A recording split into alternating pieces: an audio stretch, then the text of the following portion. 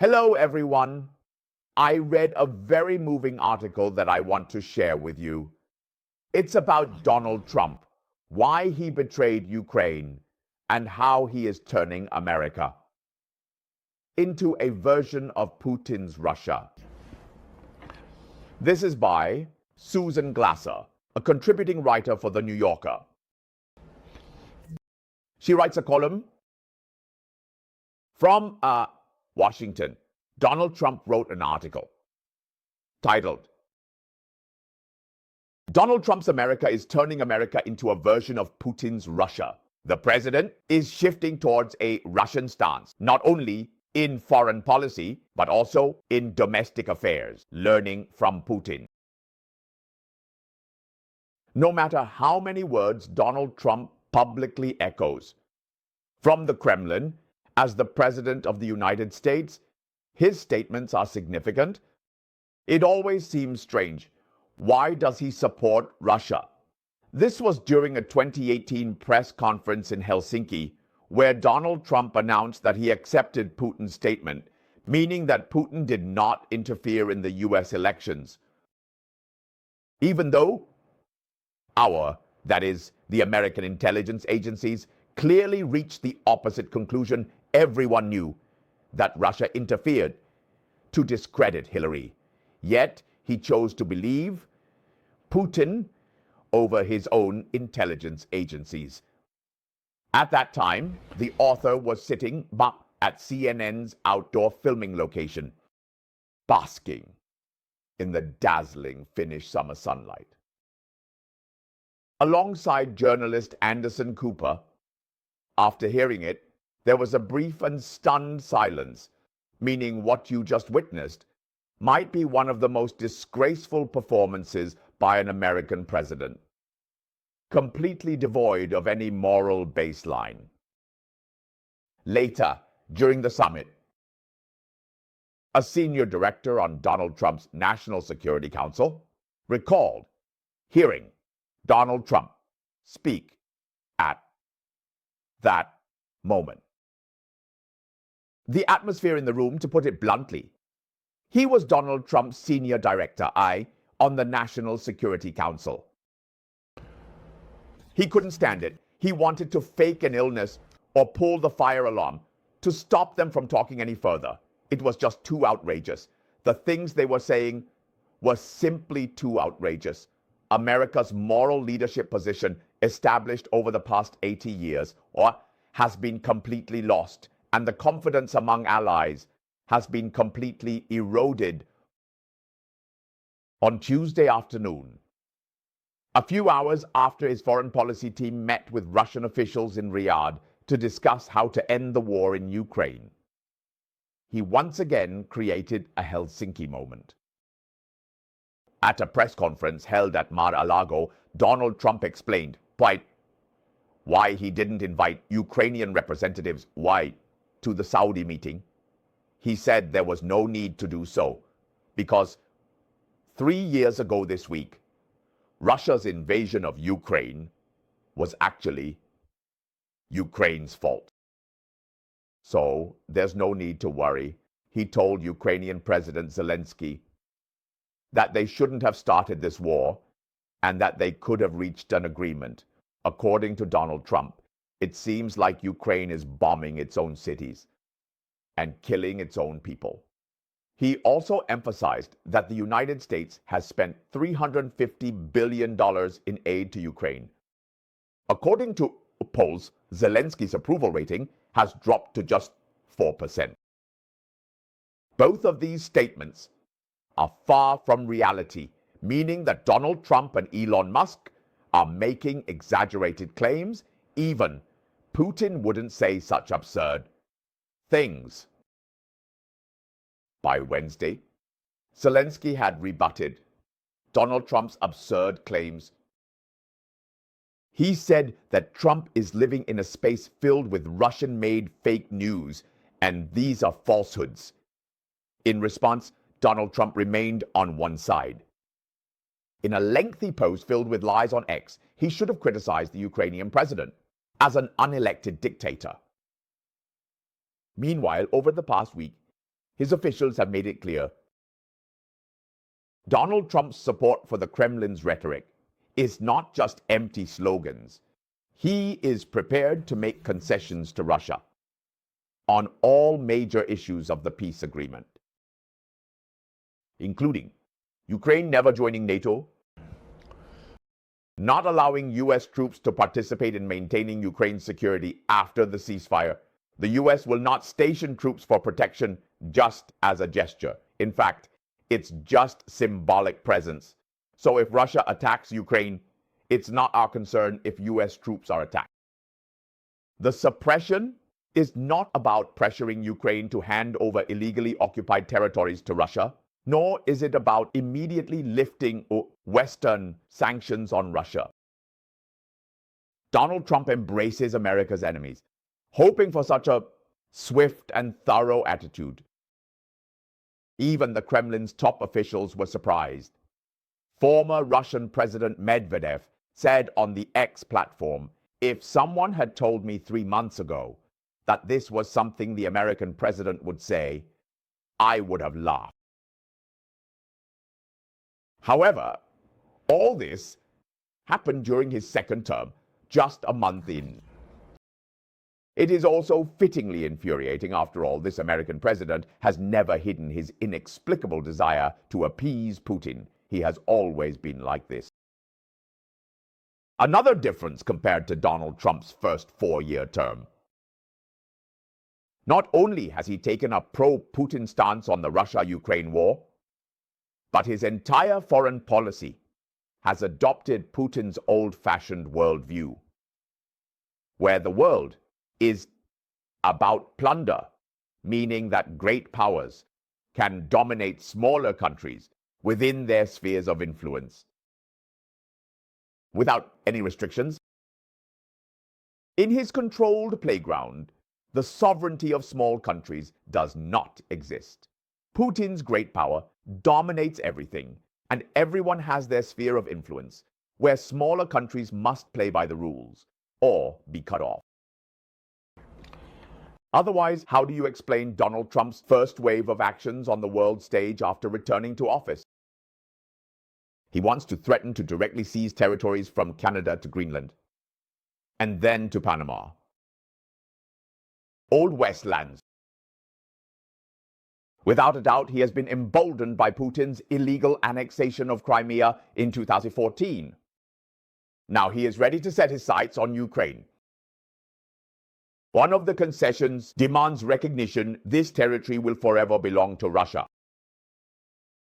Donald Trump's second inaugural speech was in stark contrast to his first, as he surprisingly used the infamous term manifest destiny, which implies that it is God's will, clearly stating with facts that America's destiny is to expand outward.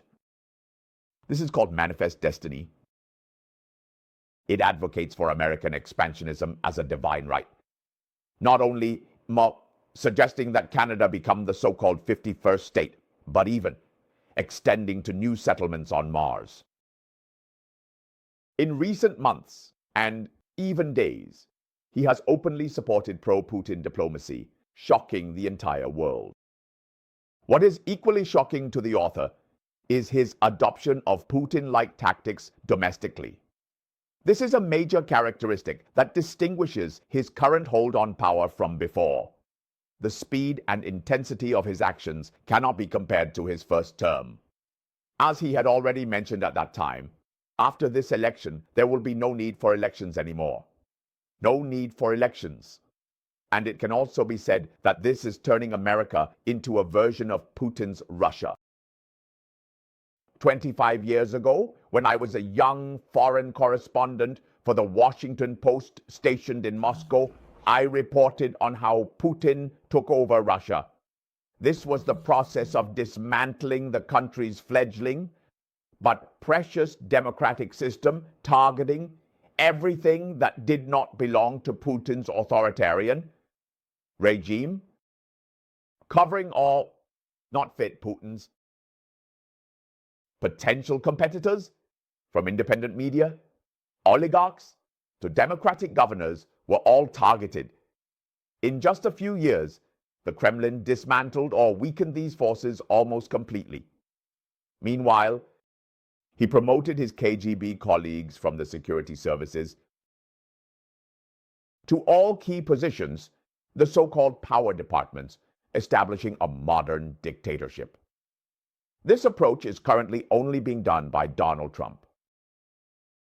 It is essential to clearly recognize this point. The author does not know where this path will ultimately lead or how far Donald Trump will go. But thank heavens, the United States is different from Russia, with a long-standing tradition of democracy and freedom and a system of checks and balances with the separation of powers.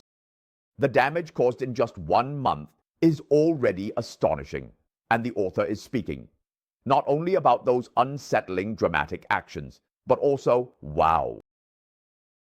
It seems like he is hinting that he could flow into a third term recently with Bannon, even suggesting at the Conservative Political Action Conference that Donald Trump should be a lifelong president. He even self-proclaimed as king on social media. And the White House circulated a photo of him wearing a crown, appearing on a mock Time magazine cover. Look, do you think I'm making this up? Actually, he himself sent this out to today's Washington, seemingly echoing the unrest in Moscow 25 years ago. Those who once boldly voiced criticism are now fearfully silent, and business tycoons are all currying favor with the president, making false statements and distorting reality to align with the official narrative. Listening to everything Donald Trump says, no longer shutting down those voices. Deleting all the DEI programs, including volume. This time, Donald Trump is rapidly consolidating power with determination, advocating for the unilateral revocation of the Constitution. He aims to remove protections for birthright citizenship, cancel billions of dollars in federal funding, and take over the administrative powers of independent federal agencies, which were previously established independently by Congress. He even grants the world's richest individuals the power to dismiss tens of thousands of government employees without due process, and to abolish long-standing programs authorized by courts and laws. This includes the well-known U.S. Pandemic Intelligence Service, which is crucial for pandemic reporting, now gone, along with foreign aid. Some of these cuts are being challenged in court, but the Republicans are overall quite weak in terms of legislative authority regarding these cuts. None of them dare to speak out against Donald Trump. Those Republicans who previously opposed Donald Trump have all been driven out by him. In the Senate, the Republicans haven't even objected to his most controversial and considered most unqualified nominations. The most unsettling thing is the nomination of this FBI director. Why? This FBI director has clearly stated that if he gains these powers, he will use them against Donald Trump's political enemies. He wrote a book listing out people's names, and yet the Republicans appointed him as the FBI director. In some ways, Donald Trump already sees himself as a dictator with unchecked power. He quotes Napoleon saying that a person who saves the country cannot commit a crime, meaning he can do anything because he is saving the country, showcasing his Napoleonic complex. All right, just this week, Donald Trump ordered New York to stop charging extra fees for vehicles entering Manhattan and place the District of Columbia under federal control, directly under his rule. That is Washington, D.C. And because the Associated Press refused to cater to his whims by renaming the Gulf of Mexico to the American Gulf, he kicked them out. And this was on Wednesday. In a federal court, Donald Trump's Deputy Attorney General said The corruption charges against New York Mayor Adams should be dismissed so that he can advance Donald Trump's anti-immigration policies, such an obvious exchange of political interests and obstruction of justice, led many prosecutors to resign in protest, which is a complete disregard for the law. All right.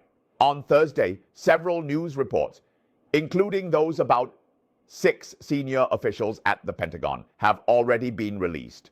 The purge includes the chairman of the Joint Chiefs of Staff, and this time he has completely consolidated all power in his hands. He dismissed Brown, a very well-known general and an ace in this field. He is originally an Air Force pilot, and he appointed a retired general. That retired general mostly handled logistics, yet surprisingly became the Chief of Staff. Who is the Chief of Staff? He is the #1 military person in the US. This person is a retired general, and he usually dealt with logistics and supply matters. Why was he appointed? Because he said something. He said to Donald Trump, "I love you. I can kill others for you." The Chief of Staff could kill for Donald Trump. In 2019, during an interview with the Financial Times, Putin spoke extensively about the liberal world order that had long lost its significance, predicting its end. In response, Donald Tusk from the European Council in Poland countered Putin by saying that what is truly outdated is Putin's style of hardline governance. It is filled with authoritarianism, personality cults, and oligarchy, completely disregarding the interests of small countries and the world order. Reading these words again just a few years later evokes a sense of sadness. The current threat to the foundations of Western democracy and freedom is not Putin's Moscow, but rather Washington under the leadership of Donald Trump.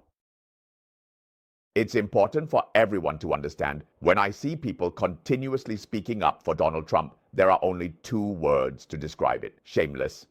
Utterly shameless. Well, that's all for this segment.